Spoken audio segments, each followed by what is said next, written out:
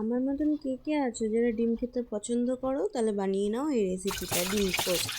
কী করতে হবে, প্রথমে ডিম সিদ্ধ করে একটু ভেজে নিয়ে তারপরে তেলের উপরে জিরে তেজপাতা একটু ফোড়ন দিয়ে রসুন কাঁচা লঙ্কা একটু টমেটো দিয়ে ভালো করে এটাকে ভাজতে হবে। ভাজার পর এর ভিতরে ধনের গুঁড়ো, জিরের গুঁড়ো, একটু শুকনো লঙ্কার গুঁড়ো আর গরম মশলা একটু গুঁড়ো দিয়ে ভালো করে মশলাটাকে কষাতে হবে।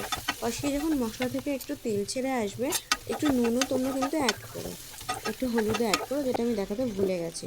তারপরে এখানে তোমরা বেটে রাখা কাঁচা লঙ্কা আর পোস্তর পেস্টটা অল্প দেবে, দিয়ে এটাকে ভালো করে কষবে। কষে তেল ছেড়ে আসলে জল দিয়ে ফুটতে দেবে। তারপর ফুটতে উঠলে ওর ভিতরে ডিমগুলো দিয়ে আর যে একটুকুনি পোস্ত কাঁচা লঙ্কা বাটা রয়ে গেছিলো সেটাকে দেবে। আর নামানোর আগে অবশ্যই ঘি আর গরম মশলা দিতে কিন্তু একদম ভুলবে না।